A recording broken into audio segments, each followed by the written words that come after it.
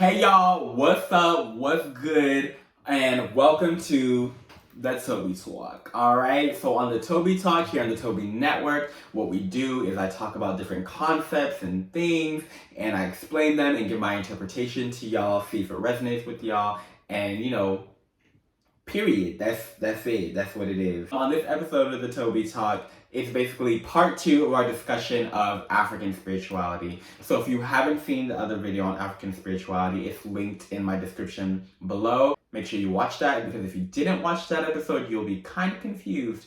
So if you haven't watched it, go back and watch that episode and then come back here. Promise I'm not going anywhere, alright?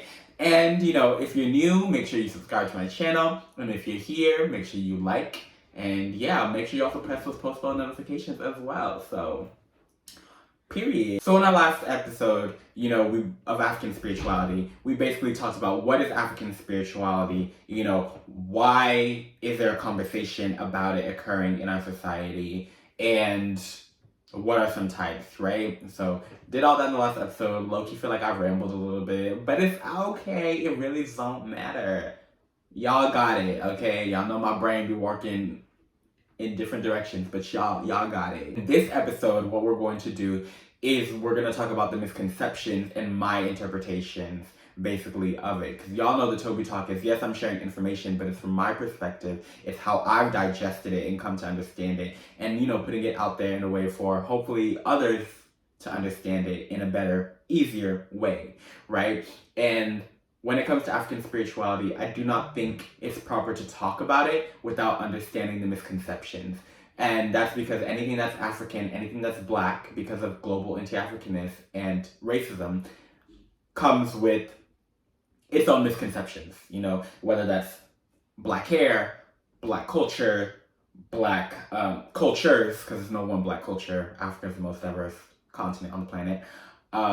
Whether that's Black hairstyles, Black cultures, Black music, etc. It always comes with its own misconceptions. So I didn't want to talk about this topic without digging into the misconceptions and explaining them. So that's why I basically divided this video on African spirituality into two, because as an African here, I'm like, no, I'm not. I know how it goes, so I'm not. I need to take this topic and be very delicate with it and speak to y'all, And granted, African spirituality is so vast, we could do multiple videos on it. I would love to do multiple videos on it. I find it so fascinating. So if you want more videos going even deeper into the topic of African spiritualities or specific ones, let me know. And if we get enough people saying yes, then I'll make a video on it. And yeah, there's so much to go, because Blackness is not a monolith. Blackness is so diverse. Blackness is eternal. So there's so much we can talk about. There's so much we can dig into, and it's all beautiful. It's all great. It's all fascinating. Whether you resonate with it or not, whether you're of that culture or tradition or not, you can't lie. It's fascinating. It's just fascinating. Again, remember, African spirituality is in general. There is no one African spirituality, okay? Because we have diasporic traditions based off of the traditional traditions in Africa, as well as those African traditional traditions in Africa that the diasporic ones took influences, themes and stuff from, and created new spiritualities in the Americas, right? And like I said, Africa is the most diverse continent on the planet, ethnically, genetically, culturally. So there is thousands, right? We are just talking in general. Africa is not a country.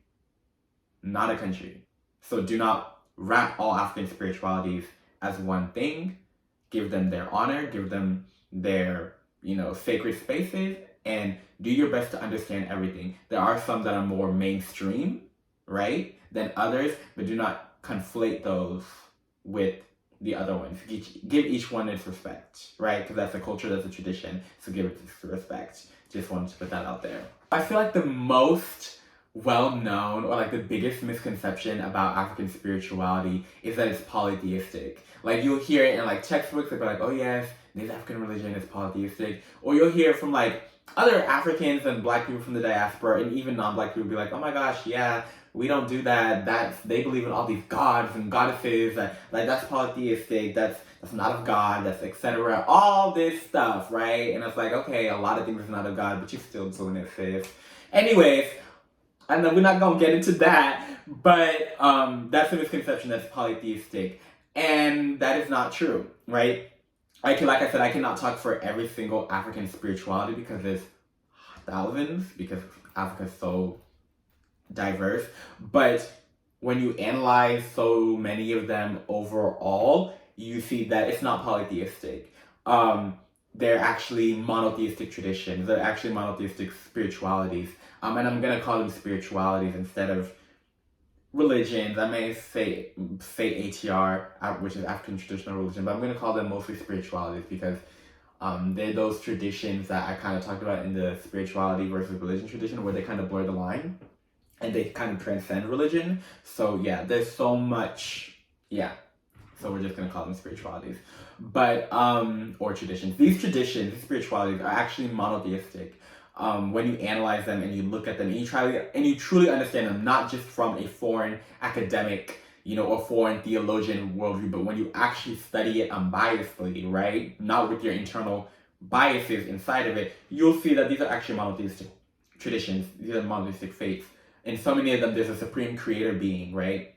And that supreme creator being is usually genderless or is depicted as being both gender, like having masculine and feminine qualities, or being like what we consider the divine masculine and divine feminine at the same time, being both of them, those two parts.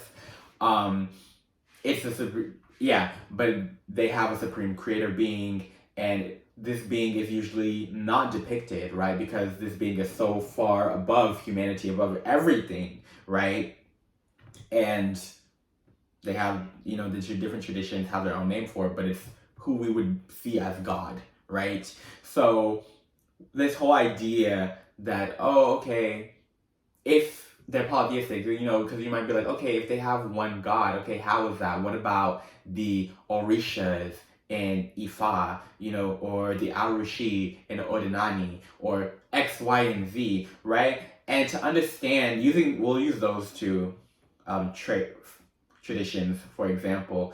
To understand it, you have to look deeper into it and be like, okay, the Orishas are spirits. They're high spirits, right? They are called divinities. They're called, deities, sometimes even by the practitioners. But even to understand why the practitioners call it divinities or gods and goddesses, you have to go back to colonialization and enslavement and see that they were called these by the white people that came, and they called it. Yeah, but anyways, these deities, right, are actually high spirits. They are usually manifestations of the supreme God, right? And they are usually divinities or spirits of the nature, whether that be water, wind, storm, etc. And they kind of work as guides, really, spirit guides, high spirit guides that people, yes, they make offerings to, or they make sacrifices to, but they would make it on their behalf so that spirit can then go enact their will through the high God, right? It's like, kind of think of it, and I don't want to call it a middleman because it goes deeper than that, so I don't want to offend anybody in these traditions, but almost think of it as like an intercessor, like a high guide, that type of energy. Looking at the Arushi and Odinani, these are just manifestations of Chineke, which is the high, the supreme being in Odinani. These are manifestations of God, right? And they serve as guides, they serve as intercessors, that work on your behalf or pray for you on your behalf, whatever you want to call it, right? And that enact that will of God through earth, because God is so above humanity. So these are basically God's manifestations. These are little divinity, little spirits, really, that work on God's behalf in the main world, in the physical world for human beings, and that help connect God to humanity and help guide humanity to God, right? That's just a very brief overview of that, just looking at those two traditions. It goes much deeper than that, but for the sake of time, bear with it, please. These, what the Europeans, what the colonialists called deities are really these high spirits, these guides, these manifestations of that supreme being in this form, in that form, the ways that people relate to God. So it's not polytheistic. Another misconception, which kind of ties into the polytheistic misconception, is that African spiritualities are demonic. And, granted, this isn't just a misconception that is solely for African spiritualities. They do it for Native American spiritualities. They've done it for European spiritualities, Wicca as well, all this New Age stuff. They'll be like, it's demonic. And the answer I have to that is that it's not demonic. And it's the same answer that a lot of these other traditions would give you. It's not demonic. There is no devil that exists in these traditions. Satan does not exist, so therefore it cannot be satanic. And a lot of times these Abrahamic faiths, especially Christianity, has labeled them as like, oh, that's satanic, demonic. But I'm like, there is no devil, there's no Satan, so it's not satanic. They're not worshiping the devil. It's not demonic. It's not. These traditions are usually, they're for the most part about finding balance, understanding that there's low energies, high energies, good energies, bad energies, but finding balance, understanding that as a human being, there's no way that you can purge all of the shadow outside of yourself, the evil, quote unquote, evil outside of yourself. It's learning how do you conquer it so that it doesn't conquer you. How do you become master of yourself so that you're not mastered by your vices, by your temptations, by your shadow, right? So it's really all about finding balance. And like spirituality, they are about love and light. They just understand that, hey, there's a balance. This is the world we live in. This is the world God made. This is the universe God made, and it all happens for a reason. But it's not demonic. Ain't nobody praying to the devil. Another misconception is that in African spiritualities, they worship nature. So sometimes, that whole tree hugger complex, that thing, those kind of like label in African spiritualities. A lot of times in like textbooks growing up, you probably read that traditional ATRs, African traditional religions, because that's what the West has called them. They've called these spiritualities religions. They've called them like animist. And animist is believing that, at least in the Western context, animist is believing that everything has a soul. The tree has a soul, the water has a soul, the rock has a soul, a human being has a soul, the dog has a soul, the cow, and praying, and that they worship. So they were like, oh, you pray to them because they have a soul, you worship them. And it's not true. No, nobody's worshiping nature. No, nobody's worshiping nature. If you see a traditional doctor kneeling at a tree, maybe giving an offering, okay, yeah, he's honoring the tree because the tree is a spirit. The tree, he's giving respect, but nobody's worshiping the tree as a god. They know that the tree did not create this world. They know the tree did not create them. They know the tree did not create the ancestors. Like what? No. In African spiritualities, they see that everything has a spirit. Therefore, since everything has a spirit, it must come from God. Therefore, it is valuable. It is caring. Just like us human beings were made in the likeness and image of God. We are valuable. We have personalities. We are loving. We deserve nice things. We deserve to be taken care of and honored. When you go to somebody's house, you must honor them. You must honor their space. If you're entering into a forest because you believe the forest, the trees have spirits, then you must honor them. You must honor their space. You don't show up to somebody's birthday party without a gift. I mean, you might, but you don't show up to somebody's housewarming without an offering.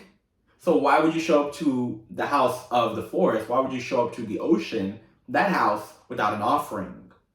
That's rude. You get what I'm saying? Especially when that ocean, that force is giving you life force. That ocean is providing you fish, right? That nature, that tree is giving oxygen. It's holding God's ecosystem together. So think of it from that point of view. You have to think of it from that standpoint. You cannot just analyze everything from a Western standpoint. You have to look at it from within that tradition, the philosophy, the cosmology within that tradition, and this view of like everything has a spirit and honoring nature is seen across many spiritual traditions, not just in Africa, but across the globe, right? It's a core aspect of spirituality. See that video on what is spirituality. If you haven't yet, good to check that video out so that you can understand what we're talking about when we say spirituality. But yeah, in African traditions, you take care of nature. You can talk to it. You honor nature. Nature helps you, you help nature, right? Because it has an energy, it should be cared for and respected, right? You take from nature, so you give back to nature. Whether that's nature providing you food or providing you an energy, right? So you give back to nature, whether that's in the form of a food or an energy or whatever. It's just understanding, like we said in the last episode, interconnectedness between human and spirit. So they're not worshiping nature, they're venerating, they're honoring it. Because they see nature as not so different from themselves. Nature has a spirit, a personality, an essence of being, a consciousness, so it must be treated as a person. It must be honored and loved as a person. And maybe if everybody saw things that way, we wouldn't be destroying the earth like that. Yeah, we would still have shopping malls and things and stuff, but we would use our resources more ethically. Another one, perhaps one of the biggest misconceptions, right, and the last one that we're going to cover for in this episode, is that they worship their ancestors. All right. In the last episode, we said veneration. Veneration is not worship, okay? It's ancestor veneration, okay? They venerate, they do not worship. Ancestor veneration is not just only found in African traditions. You find it in a lot of Eastern traditions and other traditions across the world, but it's very crucial and very core in African spirituality. In a lot of African spiritualities, they say first is God, then your ancestors, meaning you worship God, right? The spirituality is really about you, your higher self, your ancestors, and God, right? How do you become one with your higher self? How do you follow with your ancestors and utilize their guidance as well as the guidance and you being aligned with your higher self to find God, right? To be one with God. But yeah, in these traditions, God first, then your ancestors. Think of your ancestors as intercessors. The Catholic Church has saints, right? We can look at the saints as high ancestors, right? They may not be related to us by blood. Some of us, yes, but not all of us.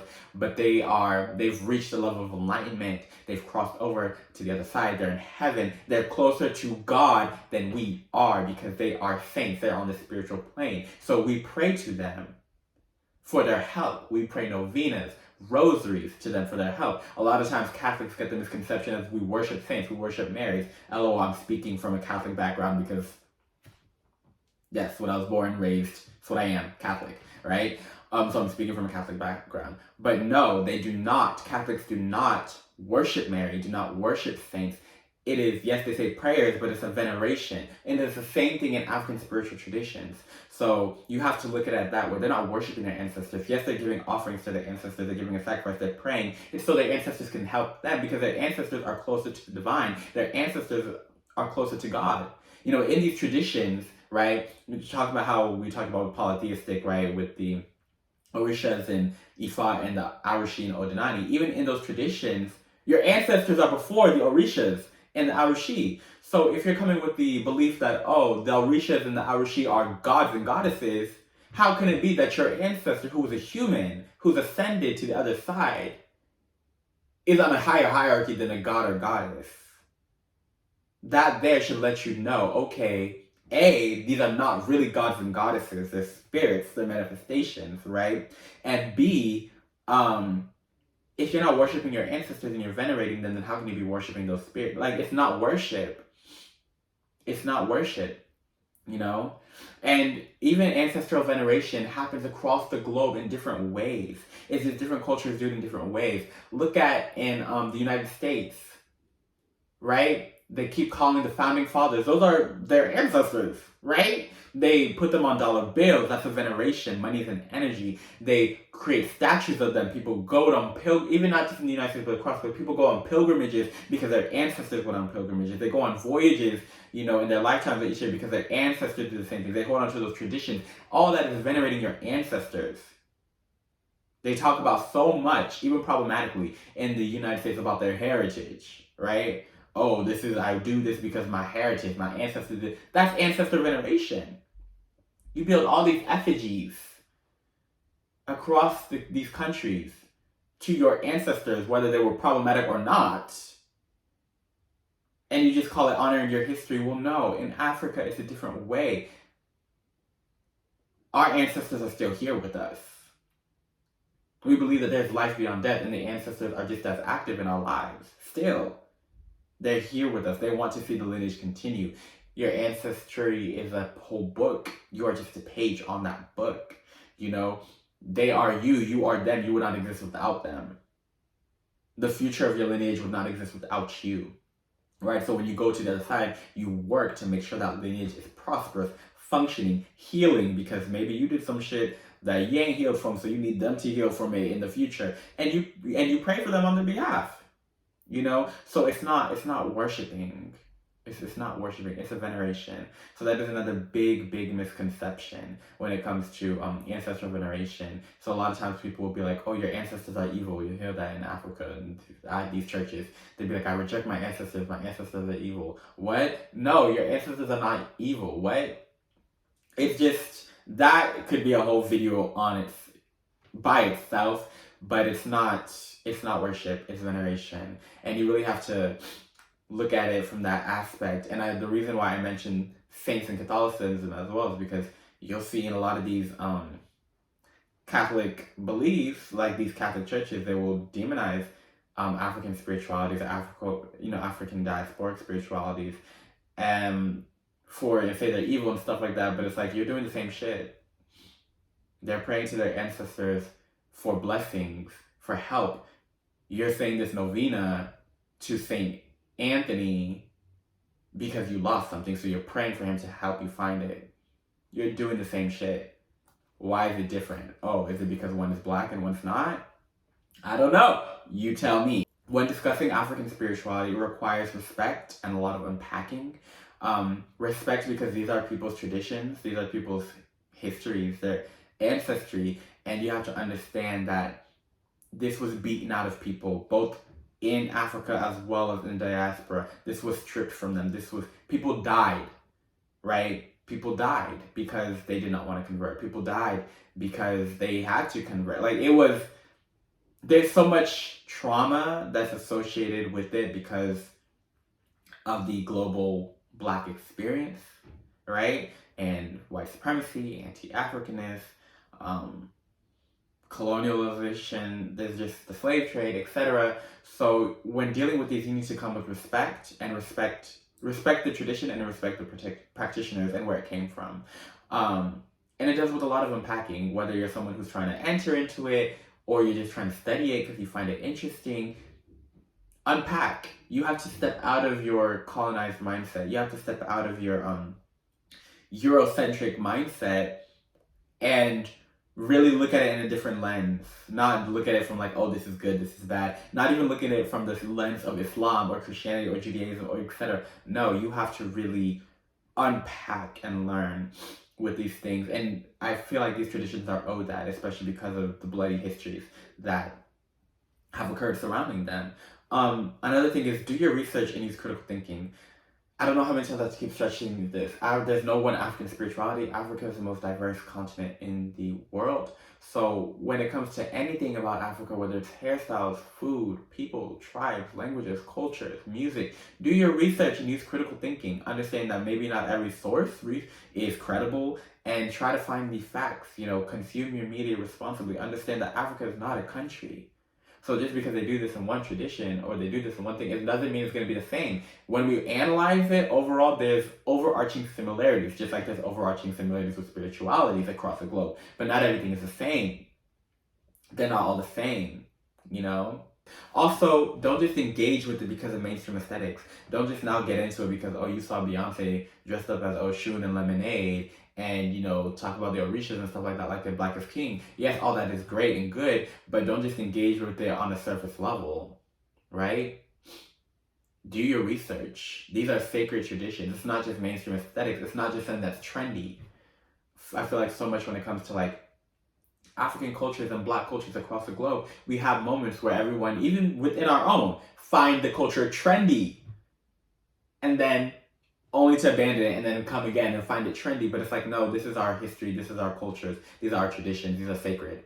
These were literally beaten out of, raped out of, killed out of generations, lineages.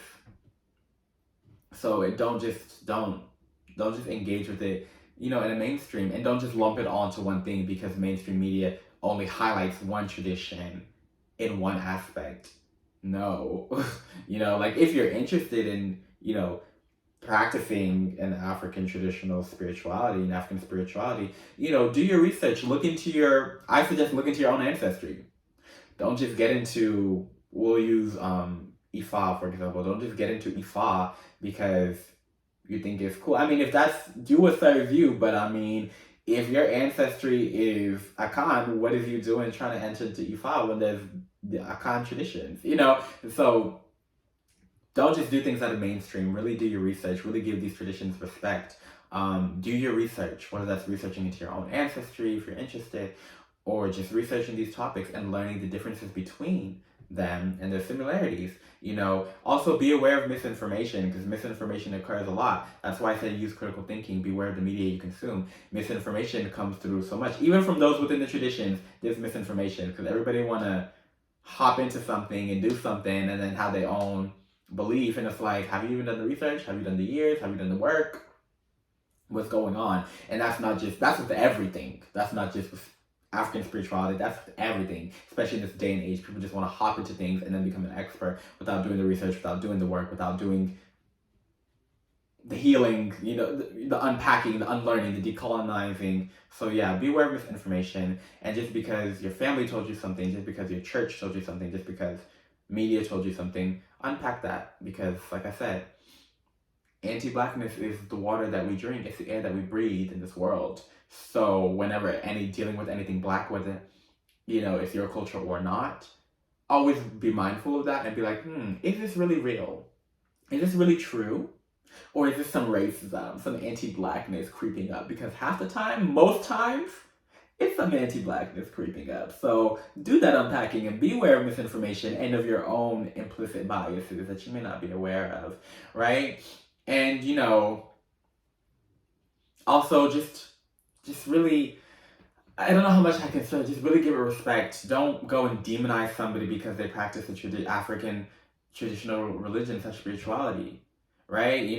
Going back to our debate between religion and spirituality, if that's not you, cool. Don't go and demonize somebody because they do it. And if you practice it and somebody doesn't, that's cool. You do you, but don't go and say that they're colonized or something because they, granted, I don't know, they could have a colonized mindset, but we really don't need more division, especially within our communities. We don't need these divisions, Don't demonize people, whether they practice it or don't, or whether they practice both. Because a lot of people practice their Abrahamic faith and their traditional spirituality, because African spirituality, and kind of allows for that. It's looser like that. And so many of these traditions, especially in the diaspora, have overt Catholic influences. So, and even these traditions in Africa, using Odinani as an example, they kind of really mirror the Catholic Church in ways where it's like, this is more similar than different. So you can kind of understand why there's believings. But another topic for another day. So yeah, don't engage in this, oh, I'm trying to save you, or oh, open up your mind. No, just don't do that.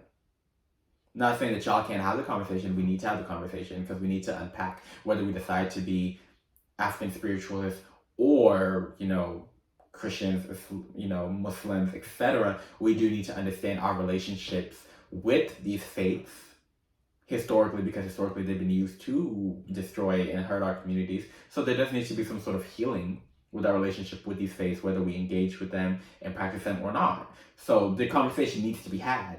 It does, because there's been an issue, historical issue, that's caused social implications that we deal with to this day, right? But we shouldn't be attacking each other. We should have the conversation, engage in that dialogue. And last but not least, if you're not Black, do not participate in an African spirituality, okay? If you are not Black, meaning you're not from Africa or of the African diaspora, you can be half Black, that's cool, it doesn't matter. If you are not Black, because if you're not Black, stay away. Think about it. Why do you feel the need to engage in this? We're not about cultural appropriation. We're really not about cultural appropriation. These were traditions that were demonized, destroyed, not just by mainly by European traditions, but also across the world, because global anti-Africanism is a thing, right? destroyed by Abrahamic faiths, by different cultures, till this day are demonized, ridiculed, and stuff. So why do you feel the need, if you're not a part of the community, to engage in it? And not only have been destroyed, but appropriated. They're constantly being appropriated by other cultures, right? So no. I'm so sorry, sweetie. You can learn about it. I encourage you to learn about it because you expand your own view. And it's really good to learn about different things, especially things completely different from you, because it makes you a better person, because you see things more from a wider scope and understand and gain more empathy, right, and knowledge. But if you're not Black, don't participate in it. Don't do it. Don't you feel called? No, I guarantee you're not called. You're not called. It's not for you, boo. It's not. Your great grandmother was Black, okay. Was she the only one? Oh, yes, sorry, okay. It's not for you. That's just my opinion. If you disagree, that's cool. I don't really give a fuck. That's on y'all. But if you're not Black, you have no reason doing hoodoo, voodoo, santeria, Haitian voodoo, lukumi, Ifa, Ordinani, Obia, Candomblé, Umbanda, etc. You have no business. Granted, there are people who do, and it's wild, and it just shows cultural appropriation and the pervasiveness of white supremacy and of course, anti-Blackness in other cultures. But yeah, just gonna end it on that note. Don't fucking do it. It's 2021. Don't fucking do it. At the end of the day, you do what you want, but if you get dragged or some shit happens, don't fucking do it. Don't fucking do it. But anyways, that was my talk on, African spirituality. That was part 2 of this video. So, let me know in the comments, what are your thoughts? Like I said, always keep it respectful. This is about dialogue. It's not about attacking. We don't always have to agree, but we don't have to hate each other. We don't have to be at each other's necks, and especially be respectful with this one, because African spirituality, demands that respect, because Africans, we've gone through a lot. Us and our descendants, we've gone through a lot, so come correct in the comments. But anyways, make sure you like, subscribe, and ring those post notifications down below. And, stay tuned for more videos. If you'd like me to talk more about African spirituality, or even other topics, let me know in the comments below, and we can get to it. And I'll see you guys in my next video. Peace.